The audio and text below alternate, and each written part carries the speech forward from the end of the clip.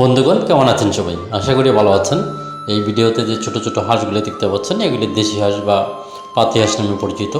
এরা অল্প জায়গায় বসবাস করতে পারে।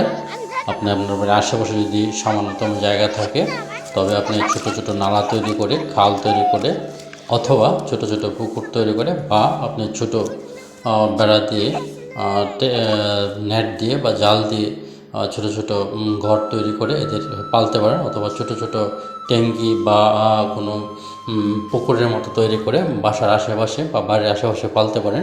এরা অল্প খাবারে খুব বেশি দ্রুত ডিম দেয়, বেশি পরিমাণে মাংস দেয়। এদের মাংসের বেশ চাহিদা রয়েছে বাজারে। তারপরে এরা বিভিন্ন সময়ে নিজেদের ডিম নিজেরা তা দিয়ে বাচ্চা ফোটায়। বাচ্চারও বেশ চাহিদা রয়েছে। আপনি বাজারে বাচ্চা বিক্রি করতে পারেন। বাজারে বাচ্চা বিক্রি করে, ডিম বিক্রি করে ভালো আর্থিকভাবে লাভবান হতে পারেন।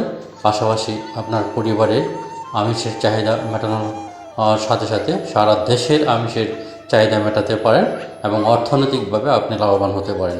তাহলে আপনি বসে না থেকে অযথা সময় নষ্ট না করে হাঁস পালন এবং দেশের অর্থনৈতিক চাকাকে দ্রুত সমৃদ্ধশালী করার জন্য দ্রুত চলমান বেগমান করুন। আপনি আপনার বাড়ির আশেপাশে এই ধরনের হাঁস এবং মাছ একসাথে চাষ করতে পারেন। সবাইকে ধন্যবাদ। সবাই ভালো থাকবেন।